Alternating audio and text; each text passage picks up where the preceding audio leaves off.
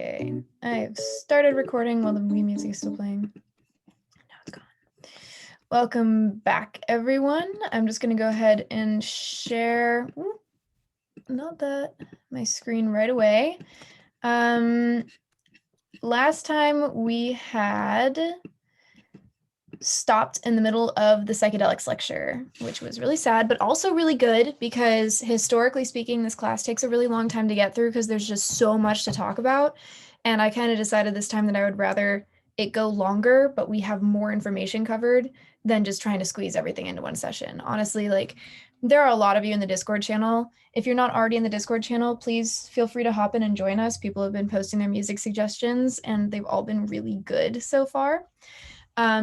Anyway, I guess what I'm getting at is that we might take a little longer to get through this course in the interest of making sure that we can really go in depth on this stuff, because it's true that a lot of this information really just like has to be from one source at a time. Like it's hard to pull information chronologically from a lot of different areas with drug stuff.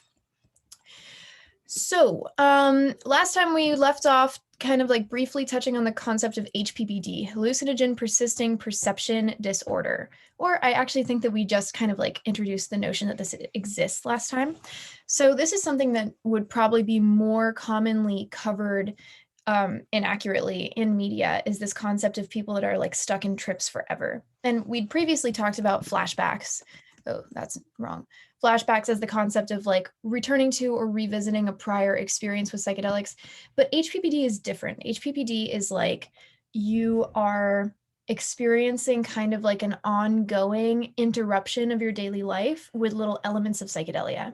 And a lot of people that have been using psychedelics for a while have some kind of HPPD-ish element to their lives. Even minor stuff like you see tracers a little bit for some things sometimes, or going through door frames. Also, can everyone mute yourselves because I'm not talking? Going through door frames and seeing the kind of like stagger of the frame as it goes by you, as an example. So those are just some like minor ways that HPPD can show up, but it can also become, for some, it's rare. It's like very rare for HPPD to be like a debilitating condition. It's not impossible. I think it's actually defined in the DSM, actually, the diagnostic manual, Diagnostics and Statistics Manual, I believe. The fucking psychology manual. This is something I know, I promise. So anyway, it's like a diagnosable condition, right? And HPPD is, like its prevalence is inflated, but it's not impossible to experience. Then there's synesthesia. We're just kind of going over some adjacent terminology here. Synesthesia is an interesting one because it involves kind of like a melding of different sensory information, and people can experience this either in their daily lives or acutely while they're under the influence of a substance, right? Particularly a hallucinogen. So my thought experiment for you all today is, and I'll say more about this in the Discord if people want. My question for you is to tell me, if I asked you to explain the number 7, would that mean anything to you? Would you say, if I was like, what color is 7? Would you be like, what are you talking about? Or would you be like, oh, 7 is obviously red? And the thing is that like, you'd be surprised. There's a pretty surprising number of people, depending on which camp you fall under, who don't have the same experience that you do. So synesthesia is a really interesting one that I think a lot more people experience than they realize. But it's not just about like 7 is blue, whatever. It can also be like 7 is blue and it has like an entire profile to it. 7 is blue and it's an A, and the A is red, and they are like present between fall and spring kind of era, stuff like that. So synesthesia is more common at higher doses of psychedelics, and it kind of just is like this inherent understood association between things.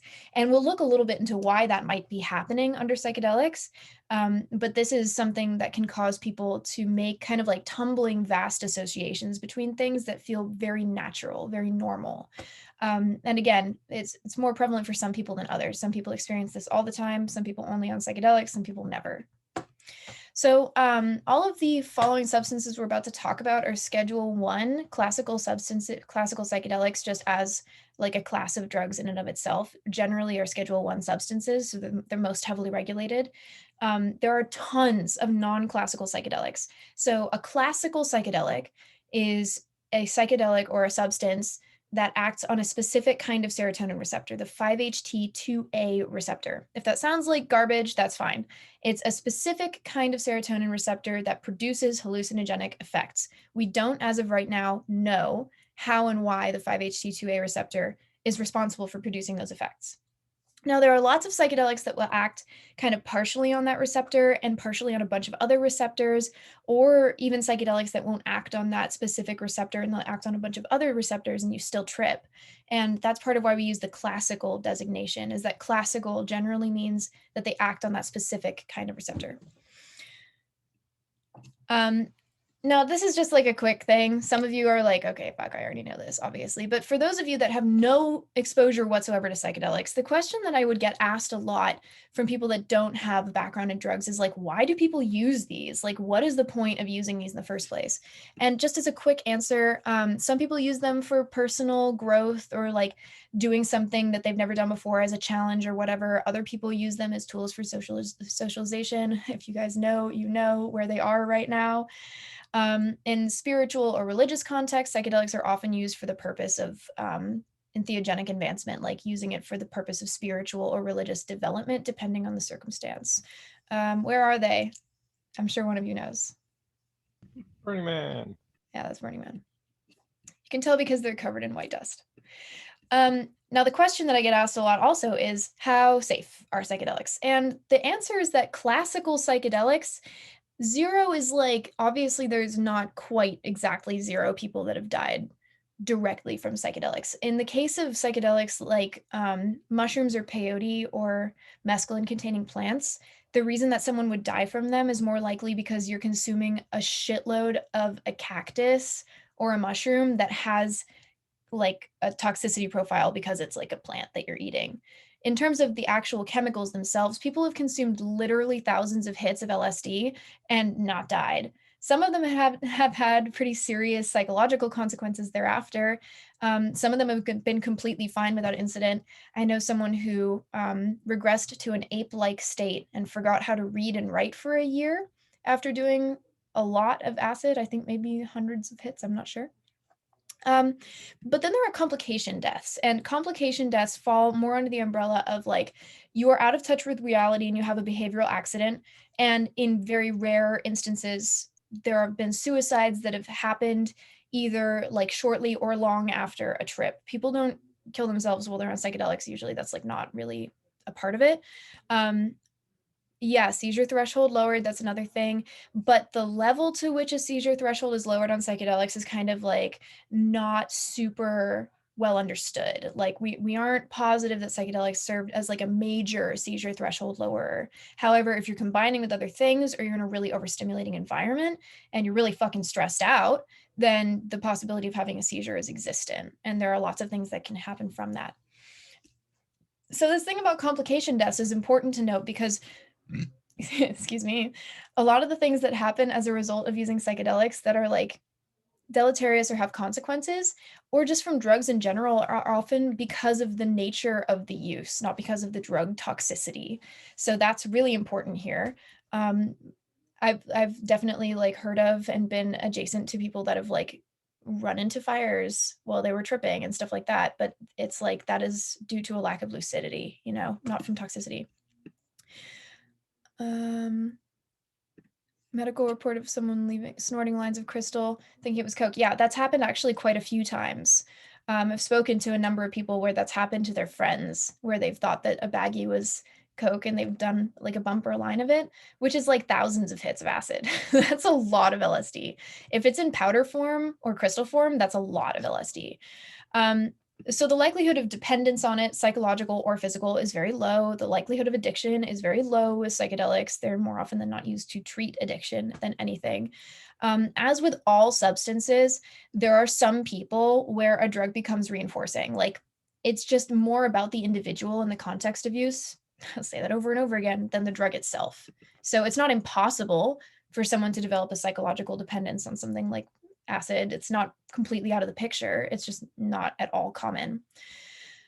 Classical psychedelics do not cause harm to the brain or body. There is no toxicity known from classical psychedelics except for the actual, like, again, a mescaline containing plant. If you eat a ton of it, then you might, have the homeostasis disrupted. However, if you're doing psychedelics frequently, then it's possible that you'll have behavioral changes over time. For some people, this is a non-issue. Some people, I've known people that have tripped every day for years and have been like perfectly successful and in their own right or socially acceptable ways. And I've known people that have tripped occasionally that have like slowly descended into being less and less lucid. Like it really depends on the person. Tolerance does build relatively quickly if you're doing LSD more than like, I think it's probably, I would say you need like 4 days between trips approximately. Otherwise, you'll see a reduction in potency. So let's look at acid. Lysergic acid, diethylamide. Now, a standard dose of acid is 80 to 150 micrograms, and that's a really small quantity. So if you have powder of that, 100 micrograms is 1/10 of a milligram, and a milligram is like a dot. So that's tiny. That's really small. And that's part of the reason that most acid comes in liquid form, which is then dropped onto blotter form, or sometimes they come in gel tab form, which we'll back to in a second. Acid is known as Lucy, usually by older crowds. Fries, West Coast people, fries is like a West Coast term, which I know it sounds kind of gnarly, right? All of my East Coast friends, someone would be like, yeah, bro, I fried the other weekend. And everyone on the East Coast is like, ugh, what did you do? Acid is probably the most common one. Then there are dots for microdots, which is a form that it can come in, or window panes, which we'll look at in a second, or L in some cases. And it's usually known as tripping, or if you're on the West Coast or elsewhere, I guess, frying, or if you're in an older generation, flying sometimes. So the most common form that I would say acid comes in is blotter form, right? And I think, if I remember correctly, don't quote me on this, but I think that the story of how acid started getting dropped on blotter was that it was actually a vial that was knocked over by accident in a lab. And it was someone that was using blotter paper, which was for artistic purposes, who was just like, wow, this absorbed really well. And then they kind of went from there, but I'm not positive if that's correct. And then there's liquid LSD, and usually liquid LSD is crystalline LSD that's been dissolved in either ethanol, which is Everclear, or a mixture of water and ethanol. And to whoever asked about ocular drops, like putting acid in your eyeballs, I've been thinking a lot about this recently, having known quite a few people that have done L drops in their eyes. And I really did never think about how it could burn you to put alcohol in your eyes. And I believe that the response, I'm still checking this, I should know this. I believe that the answer is that you can dissolve it in distilled water. It just won't last very long comparatively. So that's probably what's happening there. If you have liquid LSD, the ethanol in the solution will evaporate out over time. So if you keep a dropper for years at a time, and then you do it again, what was previously 1 drop contains 100 micrograms might suddenly be 1 drop contains 150 micrograms, depending on how you stored it. So be mindful of that. Have witnessed that happen. This is what we would call a window pane of gel tabs. Gel tabs often have a little bit of crystalline LSD kind of like injected into them, or they can have liquid inside of them, I believe. And a window pane is just like a sheet of gel tabs. This used to be like a popular activity in Ocean Beach, California, is to see which of the 15-year-olds at the docks could put like an entire window pane on their tongue and survive the day. Then there's powder fluff, which is crystalline LSD. Again, this is millions of hits of acid. That's a lot of acid. If 1 dot contains 10 hits, that's a lot. So in all these stories of people that thought that they had a baggie of Coke, you have to be like, wow, you were really running with the big boys if you had a bag of like thousands of hits of LSD lying around at your party unlabeled. Now, the typical dose of LSD is, it lasts for about 12 hours. For some people, it lasts a little longer, for some a little shorter. The peak plasma concentration, which means when it's like the most active in your body, basically, is at about 2 hours in, 1.5 to 2 hours in. And then at approximately, I would say the 7-hour mark, people really start to regain lucidity. So if someone is freaking out, and we'll talk exactly about how to handle it if someone's freaking out during the trip sitting lecture, which I'm so excited for. Does ocular method burn? if not diluted. I don't know. Honestly, I'm in the process of getting that information right now, so I will update you guys. I've wondered that for years and just never bothered to ask, which is dumb. So I'll get there. So if someone's freaking out and it's been almost 7 hours, you can probably rest assured that most likely that person is going to be on their downswing pretty soon. Ocular or dropping into a different mucous membrane that is not your mouth might make you come up a little bit faster. But yeah, it's like it's a mucous membrane, you know. You can swallow LSD. If your dealer tells you not to swallow your tab, it is not LSD because there are some chemicals that are less bioavailable, which means that they're less absorbable when you swallow them as opposed to hold them under your tongue. One such example is 25I N-Bohm, which is something we'll come back to in a second. So if it's bitter, it's a spitter, unless you want it, in which case, like, all power to you. But if your dealer says you can't swallow it, it's not acid. You can swallow acid. You could probably put acid up your asshole. I'm not positive, but I bet that it's been done before. Okay, quick history on acid. This is a fun history story because holy shit, Albert Hofmann went dumb hard by accident. This guy was a pharmaceutical researcher in Switzerland, and he discovered LSD in 1938 while he was researching, I think it was an alternative for penicillin, but I'm not sure. And he discovered LSD and was like, interesting, I'm going to kind of put a pin in this. And then 5 years later, he came back and accidentally ingested an unknown quantity of it while he was in the lab. My thought was that he brushed against something, brushed against his face, came up a little bit, went home, felt disoriented, whatever.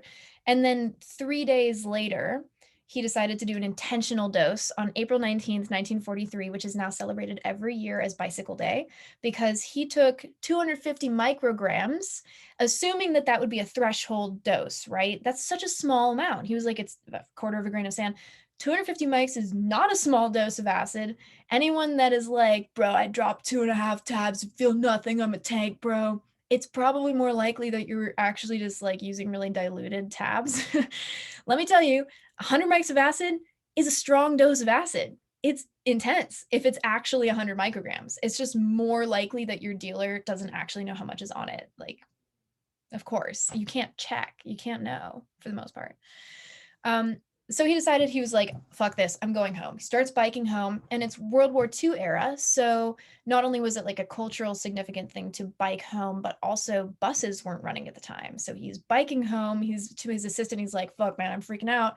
He gets home, calls the physician, is like, ah, and then is like, this is pretty sick, actually. I'm going to tell people about it. And then he does that.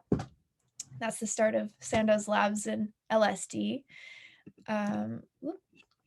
So he was researching for vasoconstrictors without toxicity, painkiller that doesn't affect the uterus. Thank you so much, guys. I love that you guys have answers to these things in the chat. I know a lot about a lot of stuff, but I can't know everything about everything. So I really appreciate it. So LSD on a chemical level is a serotonin agonist, right? It is a potent serotonin agonist that also kind of indirectly influences dopamine and possibly glutamate as well. So serotonin agonist means that it will have some kind of perception altering effect, right? Classical psychedelic will influence perception. Dopamine agonist introduces some reward into the situation.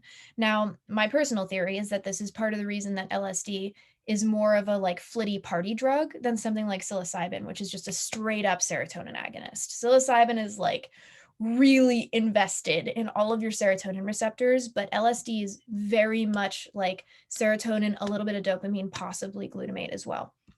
Now, the way that it lasts so fucking long, which can be a real pain in the ass when you just want to go to bed, but it's fine and you're covered in leaves and you don't have enough blankets and you're moist and you're outside and the sun is coming up and you didn't make yourself breakfast, is that it kind of sticks itself into your receptors. It just like locks itself in there and pulls it over its head like a blanket for a little bit. And that's part of how it lasts for so long. These are some actual brain scans.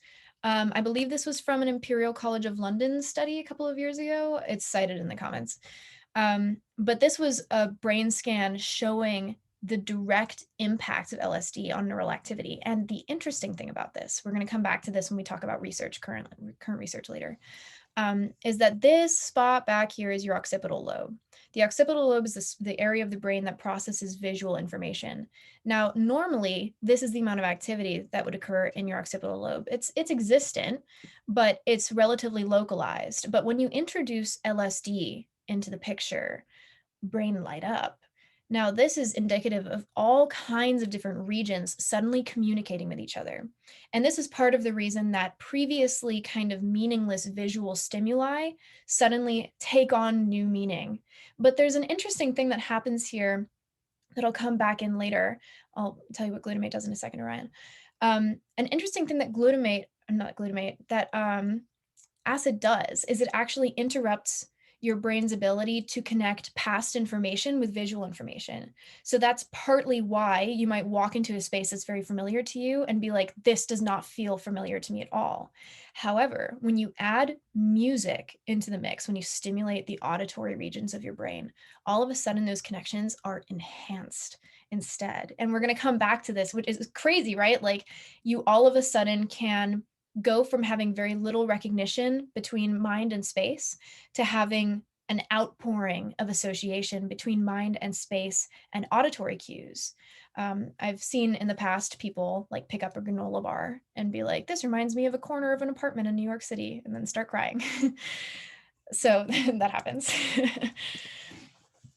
Edge of emotions. That's interesting. Yeah. So glutamate is the connective. It's an excitatory neurotransmitter. It helps your brain facilitate communication within itself and within the body. So if there's less communication, there's less talky-talk between different areas of the brain and different areas of the body. Now, acid is made, for those of you that have not seen Pikachu on acid, I absolutely highly recommend it. Acid is made by combining this, obviously not this simple, lysergic acid with diethylamine, and ultimately coming up with acid. Use acid. Yeah, that's right. And this is part of a class called lysergamides. And this is a broad category of substances that have kind of a similar construction. Yeah, if only it were that simple, right? Some of the more common adulterants of LSD include 25I-NBOM. If it's bitter, it's a spitter, like I said. 25I has a neurotoxicity profile. We don't fully understand how that profile works. People have kind of unpredictably had potentially life-threatening reactions to 25I. Some people do fine with it. Other people have cardiac arrest or seizures or enter a coma or something comparable to that. And we don't really fully know why that happens right now. But it tastes really goddamn bad. And if you swallow it, it will be less effective. Then there's DOX. Yeah, DOX compound. DOX is also very bitter and usually requires higher dosages. Now, this is an important note about blotter paper. In order to fit drugs on blotter paper, there's only so much that can actually fit onto the paper, right? So you can fit a couple milligrams on there, but if you look up the dosage of it, if someone's like, oh, this drug is on this blotter paper, and you look up the dosage of the drug and it's like 30 milligrams, it's not going to be able to fit on that blotter paper. Your friend either is giving you the tiniest quantity of this substance ever, which may or may not be possible, or it's just not that drug. So good way to fact check. Just keeping that in mind. DOX can last for like 30 hours sometimes. It depends on which drug within this class you're getting. So there's DOC, DOM, DOI, DOE, all kind, like the whole alphabet soup for the DOX. The X just means you can substitute over things like letters and that there are drugs with those letter endings that have different profiles. So within a family, they have kind of similar effects, but the specific drugs have different mechanisms of action. The question is, I'm curious as to how and why LSD tends to wave in and out of intensity instead of having one uniform peak. Oftentimes, I think this has to do with the nature of the sensory input that a person is receiving, especially if you are habituated to your environment. Then your brain is probably going to be less likely to project and alter it because it has a more stable set of information coming in. But if you're moving through environments, I think that it's possible for certain environments to feel more novel than others, which is a concept we'll come back to in the case of overdose, actually, because doing a substance for the first time in a new environment, especially if it's a substance that can be overdosed on, makes you more susceptible to it. So if you're a burner, for instance, and you do acid at every burn that you go to, you're probably going to find at some point that you're not tripping as hard because your brain's habituated to that environment. So put it in a new environment and the same dose might get you a lot higher. So that's kind of my theory on that one. MDMA blotters. Oh, that sounds terrible. Someone actually contacted DanceSafe yesterday being like, my friend sold me MDMA chocolates. And I was like, first off, I am so sorry because holy shit, that's disgusting. And no shame to you because, like, how are you supposed to know if MDMA chocolates are good or not? But oh my God, that must have been so agonizing to eat because MDMA tastes awful. On DOIPR, I've never heard of that before. That's cool. And then there's the 2CX family. That can include 2CB, 2CI, 2CE, blah, blah. Interestingly, 2CI is actually a parent compound of 25I and boom. So the 2C family is like the parent family of the 25 family. And the 25 family tend to have much more unpredictable, potentially dangerous effects. So it's funny that they're like descended from each other, basically. Now looking quickly into mushrooms, God, it take too long. So contained within mushrooms is psilocin, which gets broken down in the liver into psilocybin, which gets broken down in the liver into psilocin. So that's what's called a prodrug. A prodrug is a drug that is converted into its active version in the body. And this is actually very important to know about. So an example of why is there's a substance, GHB, we'll come back to GHB later. For those of you that haven't heard of it, it's a depressant substance. Now, GBL is a prodrug of GHB, which means that if you drink GBL in your body, it will get converted to GHB.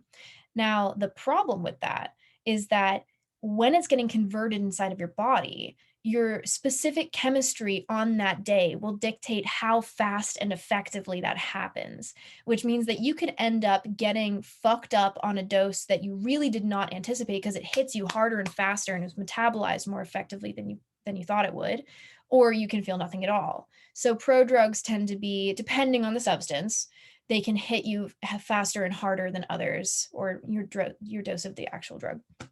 So psilocybin is the prodrug of psilocin. It gets converted in the body. Standard dose is approximately 1 to 3.5 grams. 3.5 grams is an eighth. I would definitely not advise taking more than 2 grams for your first time on mushrooms. I see so many posts on forums saying that you should take an eighth for your first time gooming. Please don't take an eighth for your first time gooming.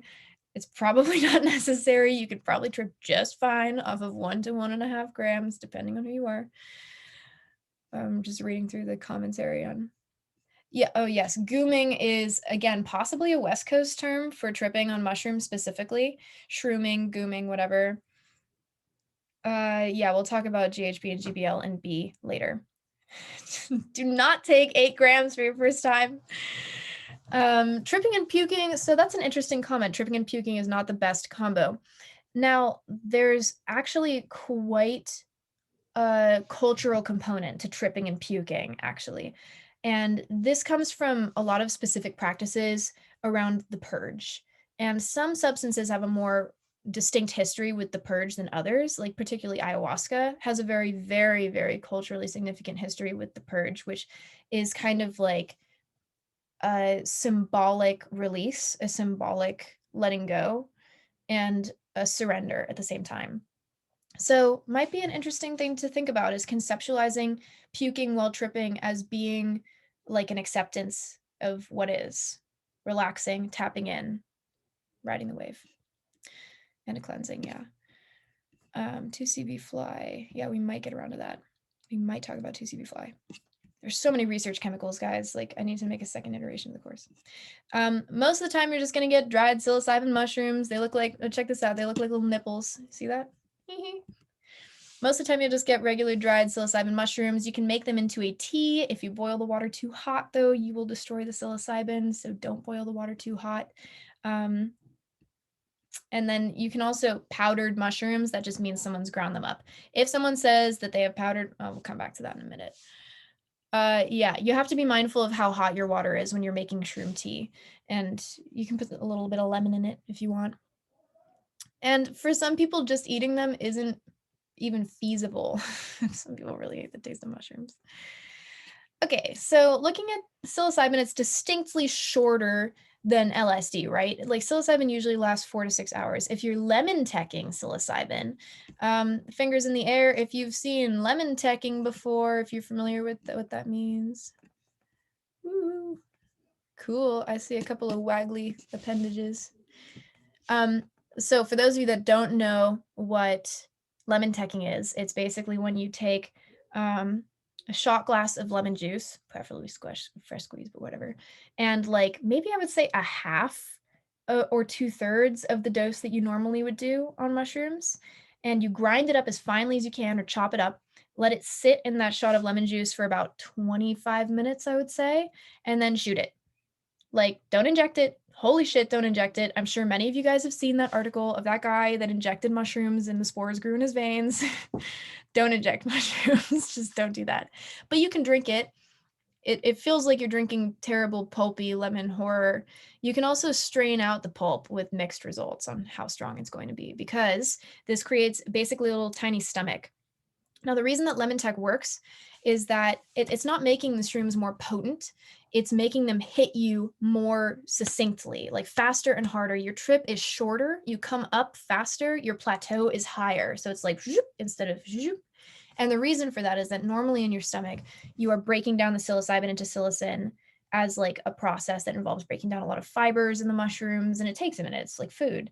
But if you replicate the pH of your stomach outside of it using lemon or lime juice, but not orange juice, not grapefruit, it has to be the right pH, then you can do that process beforehand and kind of expedite it. For a lot of people, this reduces a lot of the stomach upset associated with mushrooms, because breaking down those tough little mushy fibers sucks and is very unpleasant and will likely make you nauseous. It can take over an hour to come up on many substances. Don't freak out if you haven't come up. Psilocybin is mostly a serotonin agonist. It does a lot of work on serotonin. It's an indirect dopamine agonist. There's a little bit of sneaky dopamine stuff, but it's not as direct as LSD is, which is one of the interesting kind of like effects of this. No, you cannot do that with acid. However, I highly recommend taking Tums after you dose, like right after you dose, taking Tums and then like taking them periodically throughout. It will probably help a lot. Yeah, I'm going to talk about potency and consistency in a second. So here's psilocybin breaking down into psilocin. Psilocin is what actually makes you trip. Now we'll come back to psilocin in a minute because there's some interesting stuff. I would say Tums honestly are really great for any kind of psychedelic experience. Like having stomach aids on your person is a good idea, generally speaking. And I also advise having some kind of like lemon or ginger tea on you that's herbal decaf, because I'm a huge fan of making tea on psychedelics. I think it's like the best thing ever. Tums is what chemical exactly? Well, I'm glad that you asked because I have them. It's calcium carbonate. It's chalk, basically. Yes, LSD is not a prodrug. There are prodrugs of LSD that you can, I think 1P-LSD is a prodrug of LSD, I believe. So I wouldn't take this chart too much at face value because these are more approximations of the duration of it. Oh, geez. Creepy.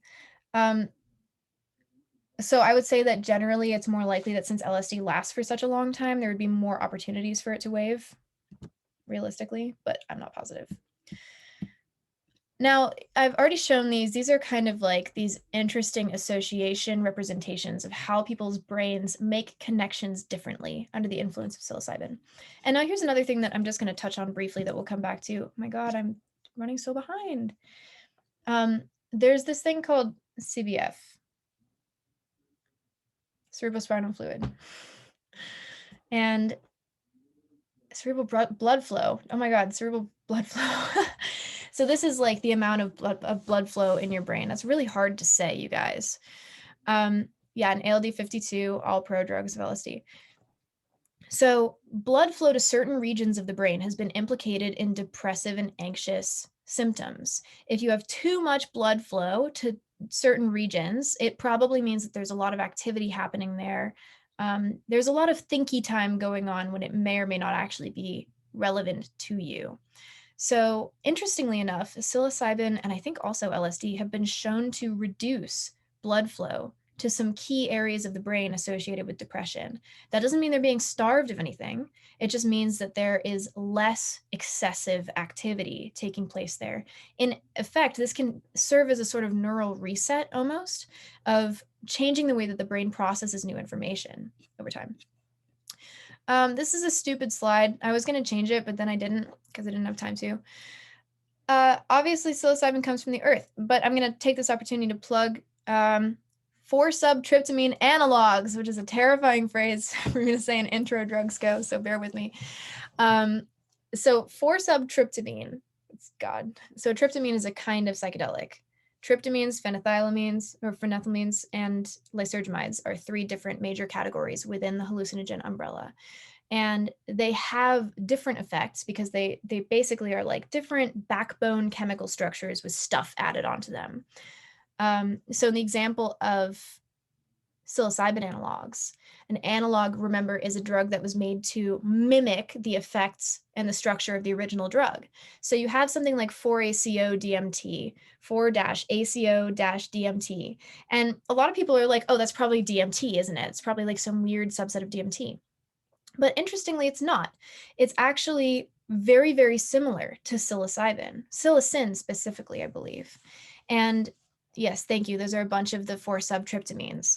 So this is kind of funny, right? Like you have this naturally occurring substance that you can synthesize in a lab, but what we end up synthesizing is a different chemical. Like it's a structural analog of psilocin, but it's called 4-ACO-DMT. And part of the reason that this is actually very important is that there's this thing called the entourage effect. The entourage effect basically says that within, for instance, a naturally occurring psychoactive plant like mushrooms, there are other chemicals inside of that plant. And the same is with weed, right? Like just taking straight THC or straight CBD is not going to give you the same effect as smoking weed. And we believe that the same is true for psilocybin, or psilocybin mushrooms in particular, is that there's a lot more going on than just psilocybin.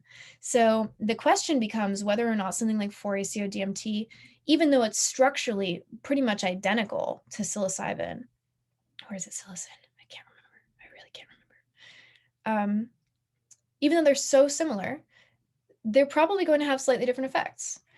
Yeah, exactly. You can look in the chat for an example. So that's just something to note, right? Like you cannot directly mimic a naturally occurring plant with all of its components to it without including all of those components. So synthetic drugs aren't always an exact replica of the original. And a lot of people find that they kind of lack that mystical element to them. But there's a question of whether that's placebo, and we're looking into that right now.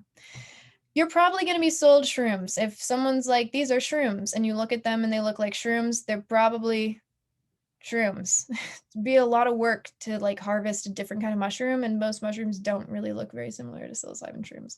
You can technically, I guess, use one of the dance-safe Ehrlich's reagents on them to try and identify whether they contain an indole, which is an umbrella category that includes psilocybin, but it's probably, honestly, you probably have mushrooms. If they look very much not like shrooms, they're probably not shrooms, but these guys can get pretty fucking ugly. They can look like gnarled little witch fingers with blue patches and some mold on them, and they're still fine to eat a lot of the time. Now, here's the note about 4-ACO-DMT, also known as 4-ECHO. In this case, actually, multiple reagents won't really do anything for you. You should only use Ehrlich's reagent. Identifying psychedelics with reagents is a pretty iffy process, honestly. I've paid $150 for grocery store mushrooms in high school. You are the real MVP, and we all admire you. Now there's mescaline, and mescaline is a compound found within other things or synthesized on its own, but its significance is found in other plants. So the standard dose of actual synthetic mescaline is 200 to 300 milligrams, but that's not really relevant for most people because most people can't get synthetic mescaline. In fact, if someone tells you that they're selling you synthetic mescaline, you can almost certainly bet that they're not telling you the truth because it's almost impossible to find.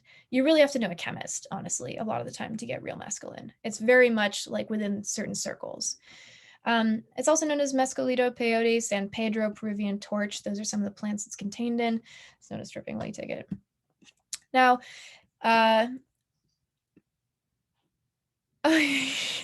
that's an interesting swap out. Someone sold you mescaline and told you it was 4FA.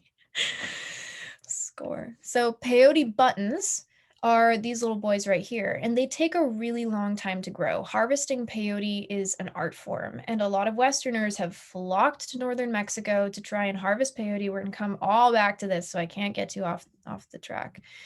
San Pedro cactus grew in my backyard in San Diego. It's all over the place, especially in Southern California, Northern Mexico, American Southwest.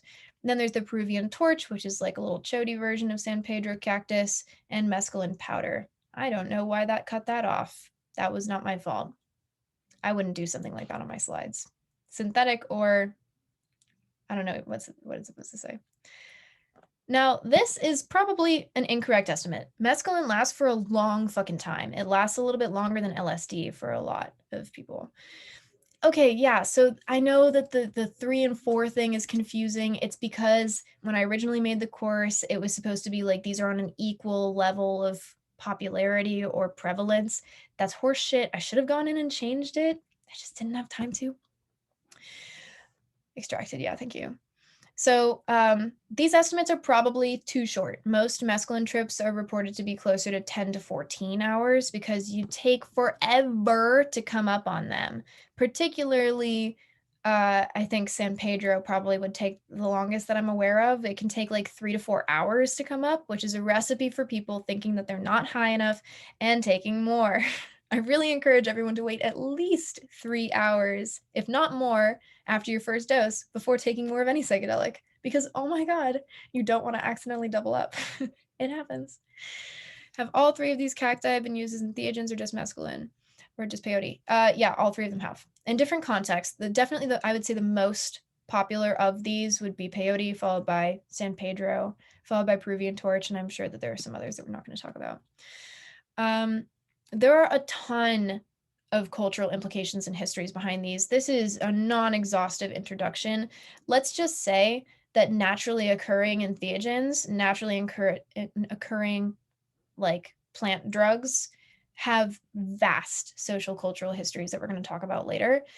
It is not as simple as getting some extracted synthetic something or other that's contained within these plants and having the experience. And boy, should you not try to replicate it at home. So we'll come back to that in greater detail. Mescaline is predominantly a serotonin agonist, but we just don't really know that much about how it works, unfortunately. It's one of the less understood major psychedelics. Now, you can do a couple of different things to extract the actual mescaline from your plant. You can boil it down on a stove until you get some foamy green Shrek shit, or you can put it in your French press and surprise your family in the morning, and then you ultimately end up with these cute little crystalline structures, and you eat them. I wonder if you can smoke them. I don't know. I've never actually thought about that before. They probably would get too hot, if I had to guess. It's probably mostly oral route, or maybe you can snort them. I'd have to look. We're going to skip that. So if your mescaline's going to be sold as other things, it's probably going to be sold as a 2C, or like you would get a 2C, like 2CB or 2CI or something instead of mescaline. It's just really hard to find mescaline. And most of the time you'll get some other kind of like mildly adjacent hallucinogen in its place. Now for DMT, dimethyltryptamine. So exciting. Yes, mostly 2CB, I would say. You're right.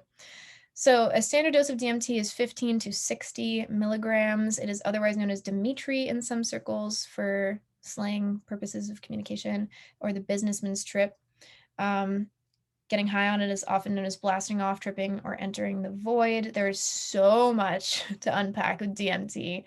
We're going to come back to this, I promise. The reason that it was referred to as a businessman's trip, primarily I think in the 70s, maybe late 60s, I'm not positive, was because the trip is so short, it's like 5 to 15 minutes usually, that the joke was that businessmen and corporate companies could go out on their smoke break, blast off on DMT and come back in time for coffee with Sharon, or quit their jobs altogether after what they experienced. So that was the joke with Businessman's Trip. Usually you'll find it not in a pretty crystal like this, but in like a kind of weird powder form that smells like shoe leather or has kind of like an orange tint. Pure DMT is shock white, very, very, very white. It's pretty uncommon to find that. Or you can find it in naturally occurring plants, which is the basis for ayahuasca. So DMT is the primary substance contained in the brew ayahuasca, which again has a massive cultural history that we'll come back to. There's so much to know about ayahuasca, or Mother Aya, or whatever they want, grandmother, whatever they would call her in the ceremony. Yeah, we'll go into what goes into ayahuasca and everything. Most of the time you smoke DMT, I love this chart because of how funny it is. Like, this is one of the substances on there where it says on Arrowwood, that's where this is from, where it says peak, and I'm like, yeah, peak, all right. Because you are here and then you're there. And sometimes you can go in between. But if you're really blasting off, if you're really breaking through, you completely shed all knowledge and understanding of your current reality, sense of self, past history, present, future, all of it just kind of like whew, out of the way. Yeah, you could be a tree for 100 years. I talked to someone recently who told me about how they smoked salvia and became a circus tent for 3 million years. And this same person recently told me about how they ate amanita mushrooms, which are the spotted red and white ones, and got stuck in a loop where he was picking his keys up off the ground for a year. Yeah, man. Psychedelics, am I right? So you can also eat it in the form of ayahuasca. However, if you want to eat DMT, you're going to have to bring some friends along because your stomach guardians will beat that shit to a pulp immediately and you won't get high. So you have to include an MAOI with it, which is something we'll come back to later, exactly what an MAOI is and what it looks like and what it does and what MAO is. But the gist of it is that to brew something that is actually edible, or to smoke something that will last longer, you need to include an MAOI to prevent your body from destroying DMT right away. That's part of why it lasts for such a short period. Found the vapes to be almost useless. Yeah, if you want to successfully vape DMT, you're probably going to have to blow it into a balloon and then inhale it from the balloon and then just like take in some oxygen, do like 4 hits in a row. We will not be talking about mucimol. I don't really know anything about it. Yes, but never try and DIY your MAO inhibitors. If you guys are familiar with this terminology already, please just like do me a favor.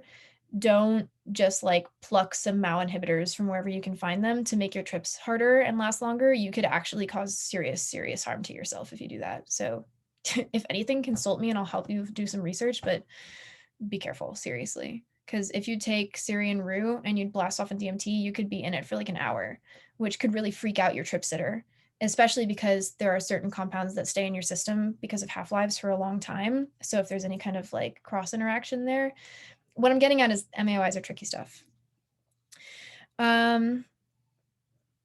Why do you say don't eat pickles and stuff the same day? I'm wondering what your rationale is there. That's a very specific thing. Oops. Oh yeah, totally. But also I don't think that there's quite enough of tyramine.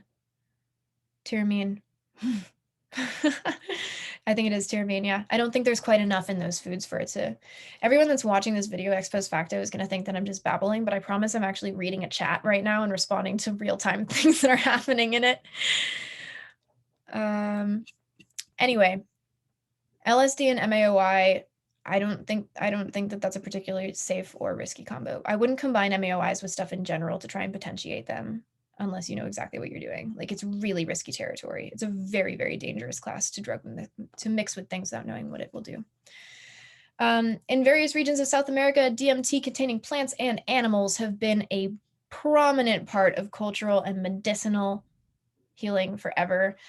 We don't care about this guy.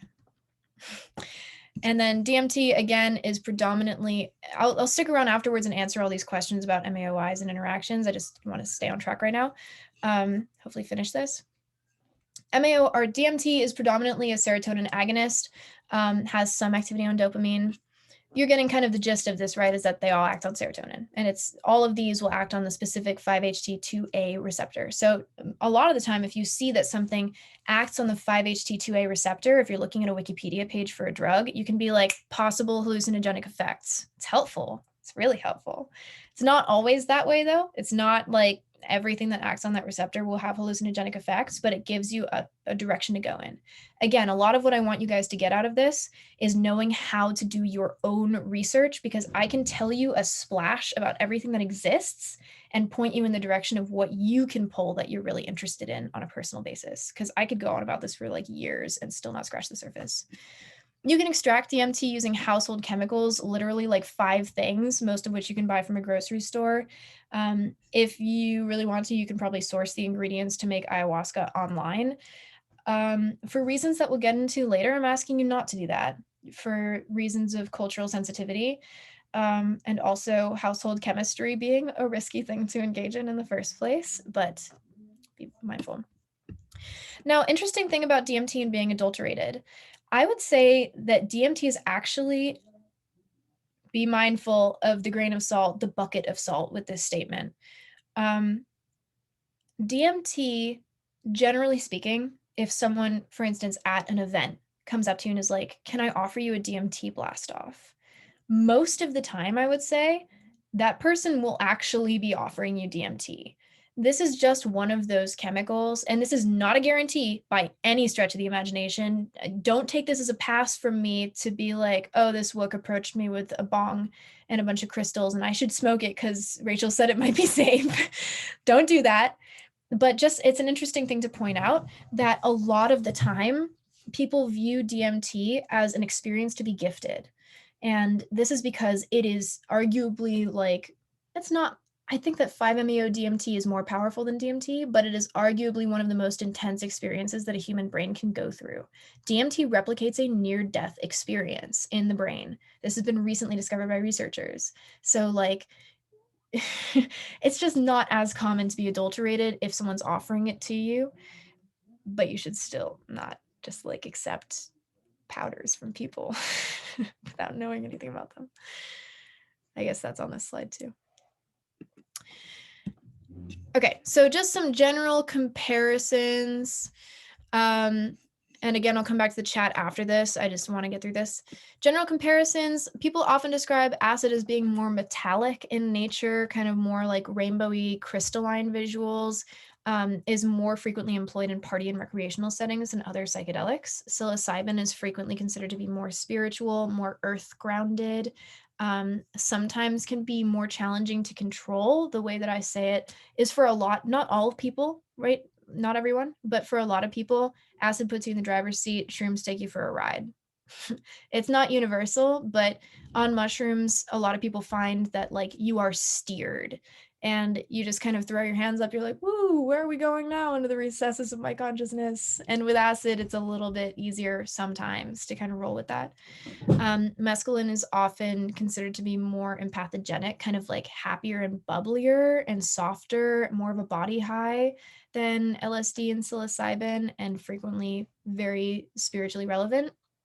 And then there's DMT, which if it's in its crystalline smokable form, it's fucking intense. Like DMT will deconstruct you and put you back together in 10 minutes. So this is like level 100. And be mindful when I say level 100, I don't mean that you are a more talented tripper or a stronger person for doing DMT. That is exceptionalism. We don't subscribe to that here. What it means is that the intensity of the experience is really fucking high comparatively. Now, here are some of the main things that people will often report back about these substances. Fractals for LSD, sentient beings like presences for psilocybin, gods for mescaline, and aliens for DMT. Aliens are a pretty prominent part of the DMT experience, frequently manifesting in the form of entities or trickster creatures that want to show you something and welcome you to a place. A lot of people kind of get sucked into this idea that this place is fact and real. So this kind of DMT has a little bit of a cult aspect to it, honestly, as a substance. Now in the Discord, we'd actually looked at this exact chart, and I want to kind of explain why I incorporate it into these lectures real quick. The reason that I do is that this was based off of a study by Professor David Nutt in the Imperial College of London a couple of years ago, where he studied the relative risks of various substances. And part of the reason I think this is so important isn't necessarily because this is a universally applicable thing, but because it's an important way of understanding that the metrics by which we determine what drugs are more harmful than others aren't necessarily always actually rooted in fact. So what I hope from you is that you look at something like this, and if your initial instinct is to be like, that can't be right, like that can't be true, to just like sit with it for a minute and think about how this could possibly be applicable in modern society. Again, it's not foolproof, but it's a good way of kind of knocking down some of the stigma about some of these substances, right? Is by relatively like, where does harm come from if it happens? And in that case, how can we address it? So for instance, for LSD and mushrooms, most of the harm has been reported to be associated with drug-specific impairment of mental functioning. So if we're protecting the setting in which someone is engaging in drug use with hallucinogens, we're going to reduce that harm a lot, that risk a lot, and the potential benefits a lot. Then you look at something like alcohol, where economic cost is a major part of harm. And it's just like, it's interesting, right? Like you see ways that these things can manifest in harm through all kinds of different outlets, and ways that we could be preventing that harm upstream instead of downstream. Just an interesting graphic that I'm going to ignore because I haven't cited it, and so I don't want to say anything on it. Here's just a quote from a study a couple years ago. We failed to find any associations between lifetime use of psychedelics and past year serious psychological distress, receiving or needing mental health treatment, depression, anxiety, or suicidal thoughts, or behavior in the past year. Rather, lifetime use of psychedelics was associated with decreased inpatient psychiatric treatment. In supervised lab studies, psychedelic drugs like psilocybin and LSD seem to produce a psychological or mystical experience so powerful that they could help treat conditions like end-of-life anxiety, depression, addiction, and OCD. Now, some harm reduction for psychedelics. I'll be doing this at the end of every major section. Please, if you're new to psychedelics, please trust me when I say that you should probably wait to do it in a party environment until you have some experience with these drugs. You can have like 10 very easy, very like uneventful trips, and one that makes you completely question everything you knew about yourself. And if you're at like your bar house, I got stuck between your friend's house and a bar, and I just ended up at bar house. Get stuck at someone's bar house. You might have like a little bit of existential thinky time crisis and get overwhelmed. So start in a low activity setting. Seriously, having a lot of engagement and activity around you can be super overwhelming to the point where your senses blend together and you forget where you are. Your set is your mindset during an experience. Your setting is your surroundings during an experience. We will go into great detail on both of these things during trip sittings. This is just a teaser for now. Intention setting is a really, really essential way of setting the tone for the experience. If you're curious about the process of doing so, I wrote a piece for Lucid News a little bit ago. You can look up Lucid News, Rachel Clark, and you'll be able to see the article. And I talk a lot about intention setting and how to do that in that article. I won't go into it right now, unless you have specific questions, and I can do that after class. Please start small with dosing psychedelics, because you want to get a feel for how your mind and body reacts to certain situations where you're on psychedelics. And you might be surprised at which are and are not high stress for you. And learn about recognizing psychosis. Look into your family history of mental illness. Learn about interactions between different things, and make sure that you know how to identify ways that you can help yourself and others that are on psychedelics. And I can elaborate on all of these things later if you want. Then the last thing we'll say is a bad trip. This is a phrase that I would love to eliminate from your vocabulary and replace with a difficult experience. The reason being that language has power. The way we talk about and conceptualize tripping and drug use in general has power and impact over us. Bad trips are generally considered to be difficult experiences that have a lot of negative emotions going on, confusion, whatever. One way this can manifest is in looping, which is when you're stuck in a thought and you cannot break out of this thought. Bodily injury is one that I've seen a couple of times, people thinking that they're like bleeding, or that time has stopped, or they're like, is my brain coming out of my nose? Then there's psychosis, which is a loss of lucidity, a loss of connection from reality. This can happen acutely or chronically, depending on who you are, and anxiety. And this often manifests in the form of, I'm never going to come down. I don't know what's going on. And then it goes into like, I'm bleeding. Everything is happening over and over again. It's been 150 years. Where am I? So we'll come back in a little bit talking about how to handle all of these different things, how to conceptualize all of them. That is it for the day. I'm going to stick around and answer. There are a bunch of questions and lots of comments in the chat. So feel free to stay here if you want to, and otherwise have a fantastic night.